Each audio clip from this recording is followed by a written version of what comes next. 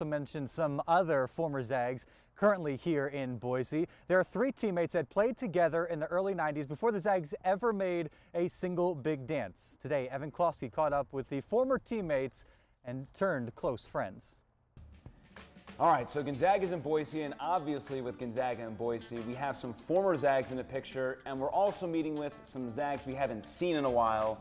Sitting with me right now, Jared Davis, Jamie Dudley, Jeff Goss. And first off, I think the first question is, tell us a little bit about yourselves. It's been a while since we've seen you.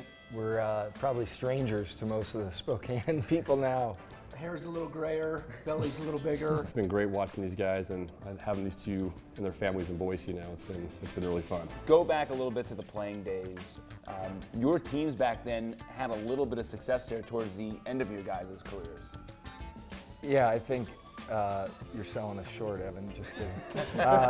My senior year actually was the first year Gonzaga won 20 games.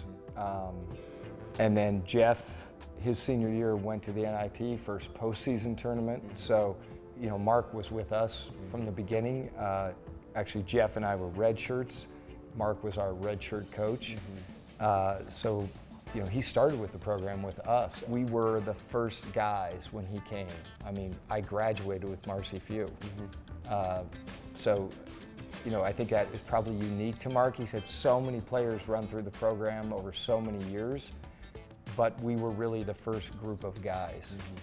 Few has just had that unwavering attitude that, hey, if I have the right guys, I can get them to this next level. And he just continues to do that, and he just gets better and better players every single year. Look, we were all 3 walk-ons that had to earn a scholarship, and I think what Muntz and Few and Fitz built back in the late 90s when the thing really started getting going was guys that loved the game and were scrappy and had a chip on their shoulder. And what they've been able to do since then is continue to find those guys, but a little higher caliber guys that just love the game and have a chip on their shoulder. And those are the type of players we thought we represented back in the day, and they're just doing it with better guys today. What about like some of the amenities from back in the day of where you guys were playing to what these players now have at Gonzaga? No, it hasn't changed. It's exactly the same back then.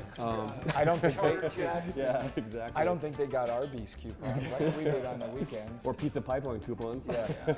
I mean, we took the bus to Portland back in the day when we were playing. There was no charter jet, and Goss is right. Like when we had a good practice, Fitz would give us Arby's coupons that were worth $5, and we thought that was pretty cool back in the day. So it's come a long way. I mean, I think it's hilarious now. When we played, you know, you tell people, oh, you know, who you play for, and they're like, oh, Gonzaga.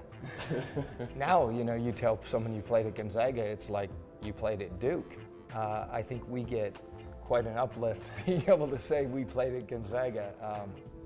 Maybe people don't realize it was so long ago. And what's it like just having the team in Boise and having them in your own backyard? I mean, we all, like, as soon as it got announced, we're texting each other. And like last night we were watching the game, or yesterday morning watching the game, thinking, you know, when they're down 2 with a minute and a half left, like, we've got this whole weekend planned around the Zags, and if it doesn't go on, it would have been disappointing. So we're thrilled, and it's great having everyone together and having a chance to reconnect with folks we know from Spokane.